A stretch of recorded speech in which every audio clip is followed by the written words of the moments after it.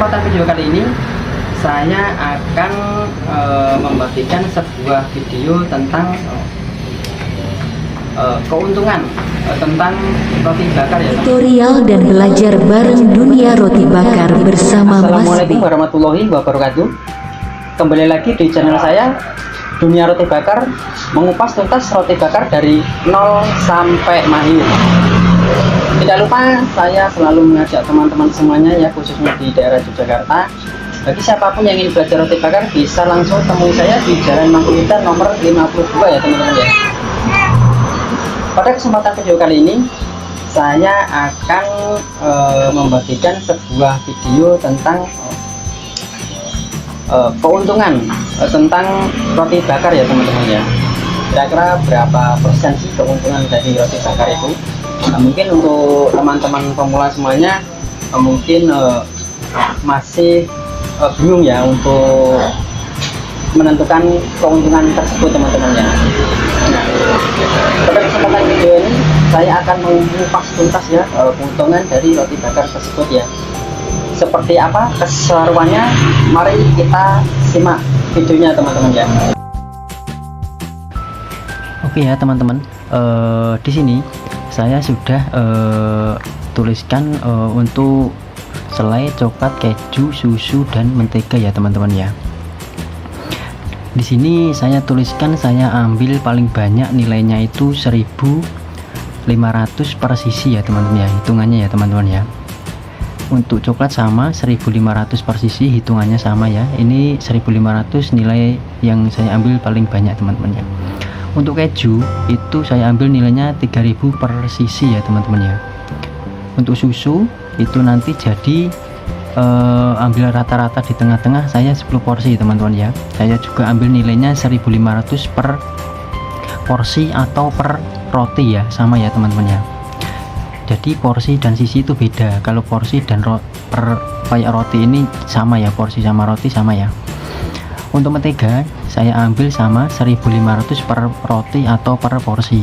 Nah, mungkin teman-teman ada yang tanya, Bang, itu kok dapat 1.500 itu dari mana ya Bang ya? Saya di sini akan kasih penjelasan sedikit ya. Di sini saya ambil rata-rata dari keju teman-teman ya. Keju itu kan seperempat harganya 17.000, saya ambil di tengah-tengahnya 3.000 ini teman-teman ya. Jadi nilainya 1.500 teman-teman ya. Di sini keju saya tuliskan 3.000 ya teman-teman ya. Oke, sudah mengerti ya, dapatnya 1.500 itu saya ambil dari setengahnya keju ini teman-teman. Oke, terus kita lanjut teman-teman ya. Penjelasannya seperti ini teman-teman ya. Untuk selai setengah kilo di tempat saya itu harganya 8.500 teman-teman. Nah, setengah kilo itu saya bisa jadi 10 porsi ya teman-teman ya. 10 porsi per sisi teman-teman, dalam arti satu roti itu kombinasi ya. Jadi yang sebelah yang sisi satu selai, yang satu lagi contohnya coklat gitu ya. Jadi per sisinya ya teman-teman ya. Nah, di sini hitungannya per sisinya 1.500 teman-teman ya, kayak yang ini ya teman-teman ya. Nah, mari kita kalikan teman-teman. 10 kali 1.500 itu dapatnya 15.000 teman-teman ya. Jadi selai setengah kilo itu jadinya 10 porsi, dapatnya 15.000. Kita masih dapat untung dari 8.500 ini ya teman-teman ya. Ini 1.500 saya ambil paling banyak ya teman-teman ya. Kita masih dapat untung ya teman-teman ya. Oke, mungkin sudah mengerti ya. Kita lanjut penjelasan yang kedua. Coklat 1 kilo di tempat saya itu harganya 35.000 teman-teman ya. 35.000 itu saya bisa jadi 25 roti per sisi, 25 porsi per sisi, roti per sisi sama ya. Terus nilainya tetap sama 1.500 per sisi hitungannya teman-teman ya. Ini dapat 25 roti per porsi atau per roti. Jadi kalau mintanya coklat mungkin bisa jadi 12 roti ya teman-teman ya, atau mungkin 13 roti ya. Ini per sisinya jadi 25 porsi ya teman-teman ya. Nah, kita jumlahkan, kalikan 25 kali 1.500 dapatnya 37.500 teman-teman ya. Jadi antara 37.500 sama 35 ini sudah mendekati angka pembelian coklat tersebut teman-teman ya. Ini masih ada sisa teman-teman ya. Jadi 1.500 ini saya ambil paling banyak dan dapatnya 37.500, kita masih dapat sisa ya sedikitnya. Oke, kita lanjut berikutnya ya, penjelasan yang keju seperempat di tempat saya ini. Kejunya saya ambil paling yang mahal ya, yang ini biasanya untuk keju Procis cheddar premium ya, yang sebelumnya saya pakai teman-teman, itu dapat 6 porsi ya teman-teman ya, atau 6 roti per sisi teman-teman ya. Nah, nilainya 3.000 per sisi ya teman-teman. 6 porsi ini itu sebelah ya. Kalau keju itu paling dapatnya 3 porsi teman-teman ya, dimengerti ya. Mari kita kalikan, 6 kali 3.000 itu dapatnya 18.000, dan ini sudah mendekati harga pembelian dari keju itu ya teman-teman ya, dimengerti ya. Saya nilainya 3.000 ini karena nilainya 18.000 ini sama 17.000 itu mendekati pembelian kejunya tersebut teman-teman. Makanya saya dapat 3.000 ini, dan 1.500 nya ini saya ambil di tengah-tengahnya 3.000 itu teman-teman ya. Sudah dimengerti ya. Kita lanjut penjelasan yang margarin atau mentega ya teman-teman ya. Untuk margarin 1 kilo itu di tempat saya harganya 22.000 teman-teman. 22.000 itu 1 kilo itu saya dapat roti 20 porsi atau 20 roti ya teman-teman ya. Ini 20 roti ini saya ambil paling sedikit teman-teman, biasanya lebih ya teman-teman. Ini saya ambil paling sedikit 20 porsi teman-teman ya.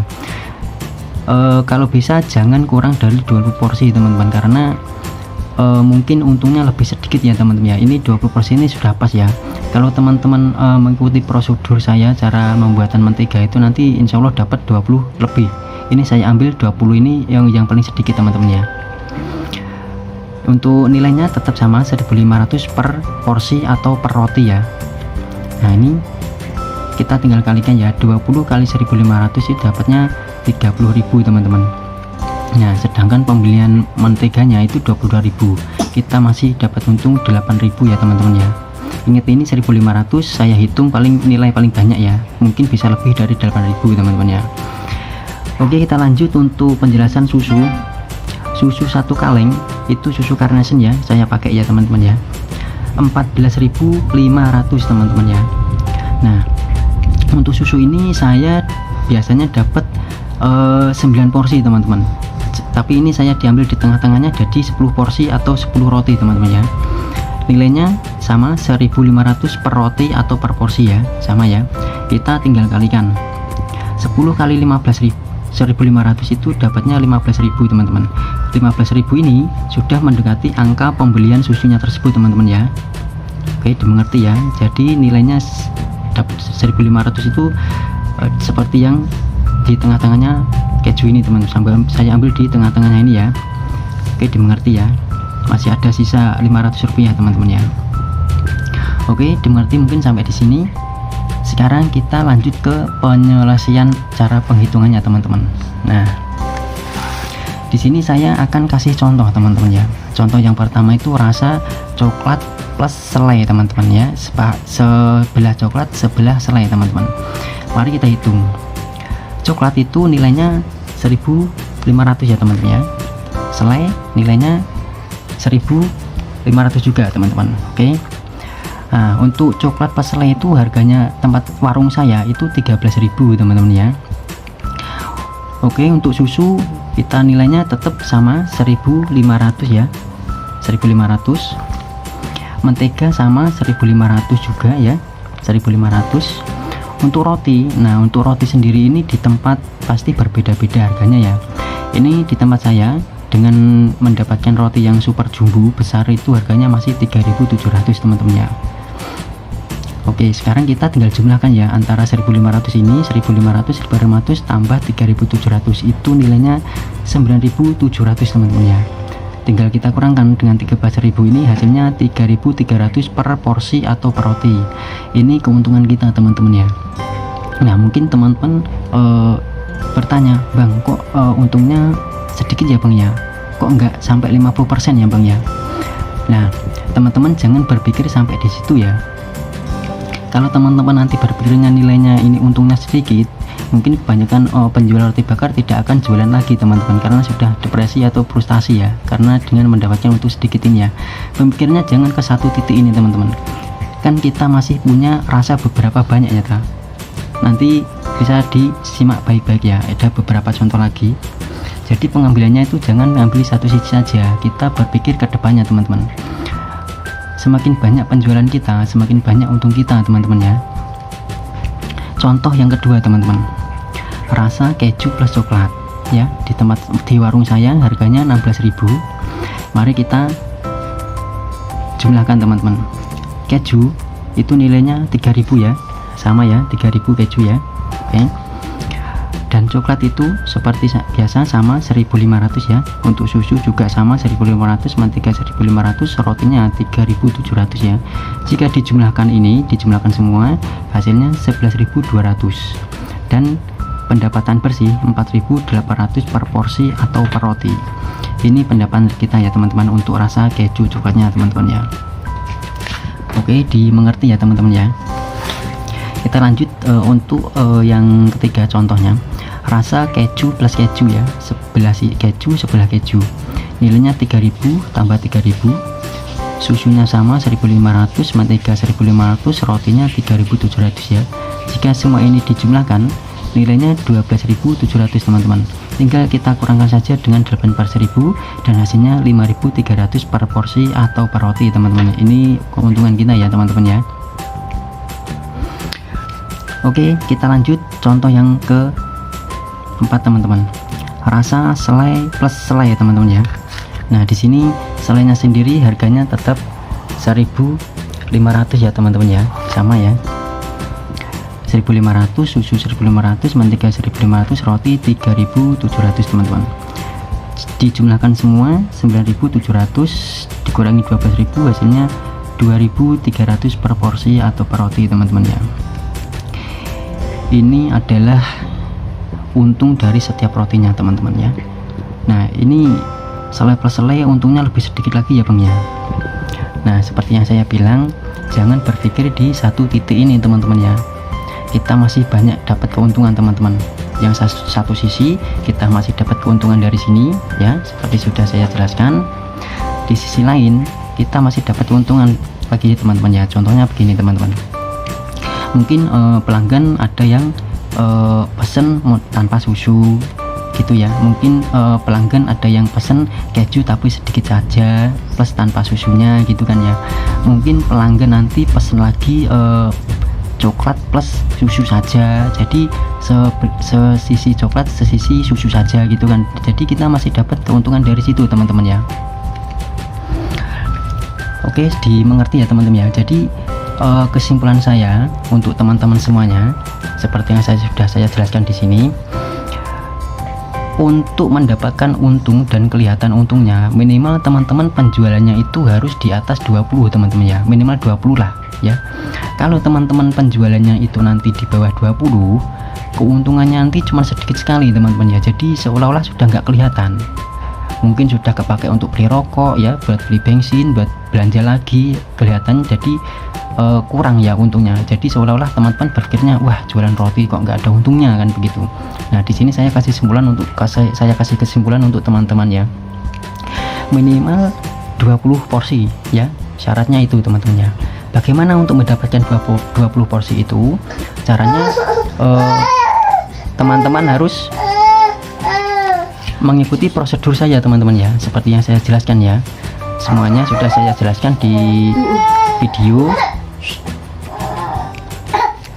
Untuk mendapatkan hasil yang bagus itu harus gunakan yang bahan-bahan yang bagus. Untuk rotinya juga roti yang bagus juga ya teman-teman ya. Untuk menarik pelanggan sudah saya jelaskan juga di video-video sebelumnya. Dan insya Allah dengan video-video itu nanti teman-teman omsetnya akan melesat lebih jauh teman-teman ya. Insya Allah akan menambah untuk teman-teman semuanya ya. Oke, sampai sini sudah dimengerti ya. Mungkin teman-teman ada pertanyaan lagi. Bang, lah ini untuk gasnya kok nggak ditulis ya? Nah, sebenarnya untuk gasnya sendiri itu nilainya sangat kecil sekali ya teman-teman ya. Jadi di sini tidak saya tulis ya. Tapi alangkah baiknya saya tetap akan mengasih contoh ke teman-teman untuk menilai gasnya tersebut teman-teman. Oke. Nih, di sini sudah saya tuliskan untuk gasnya ya teman-teman ya. Nilai gasnya itu berapa? Di tempat saya gas tabung 3 kilo itu harganya 22.000 teman-teman ya, yang warna hijau ya. Dan gasnya itu pasti habis 4 hari teman-teman ya, tapi nggak kurang dari 3 hari teman-teman. Nah, dengan catatan rata-rata penjualan itu 20 porsi ya teman-teman ya, per hari teman-teman ya. Oke, udah mengerti ya. Maka kita akan kasih contoh ke teman-teman ya. Satu porsi roti itu agar kita gas kita hargai 300 per porsi atau per roti teman-teman ya. Nah, maka dalam satu malam kita nabung untuk gas itu 20 porsi kali 300 rupiah itu 6.000 teman-teman, dari total penjualan roti kita teman-teman ya. Oke, dimengerti ya. Biasanya saya untuk tabung gas itu biasanya penjualan semalam itu saya lebih dari 20 porsi teman-teman ya, semalam ya teman-teman. Ini saya ambil paling kecil teman-teman ya. Jadi untuk mengetahui nilainya paling kecil dari gas tersebut, kalau kita penjualannya di atas 20 porsi ke atas, otomatis kan pengeluaran untuk biaya gasnya kan nggak kurang dari 300 malahnya, mungkin 80 perak, 100 perak gitu kan, 150 ya. Pokoknya semakin tinggi penjualan kita satu malam itu berarti lebih kecil dari 300 ini teman-teman ya. 300 ini saya ambil paling banyak teman-teman ya, setiap porsinya ya teman-teman ya, paling banyak ya, karena saya penjualannya rata-rata di atas 20 teman-teman ya. Ini saya ambil paling kecil 20 porsi ya teman-teman ya. Dan gasnya itu pasti habis 4 hari, tidak kurang dari 4 hari ya. Oke, dimengerti ya. Makanya untuk gasnya di sini tidak saya tulis karena nilainya kecil sekali ya teman-teman ya. Dari ini untuk teman-teman yang penasaran nih, sudah saya juga jelaskan untuk nilai gasnya. Nah, dan kesimpulannya, jadi dalam 4 hari kita nabung untuk gas tersebut adalah tinggal kalikan saja 4 kali 6.000 itu 24.000 ya, dan kita masih dapat untung 2.000 rupiah ya teman-teman ya. Itu untuk minimal penjualan 20 porsi ya teman-teman ya. Kalau teman-teman lebih dari 20 porsi nanti nilainya itu kurang dari 300 rupiah teman-teman ya. Oke, sudah dimengerti ya teman-teman ya. Nah, saya akan tutup dan saya akan kasih kesimpulan untuk teman-teman semuanya. Untuk teman-teman semuanya yang sudah jualan ya, yang mungkin baru-baru, untuk pemula-pemula yang mungkin baru 1 bulan 2 bulan, jangan menyerah ya teman-teman ya. Jangan menyerah, selalu berjuang dan berusaha.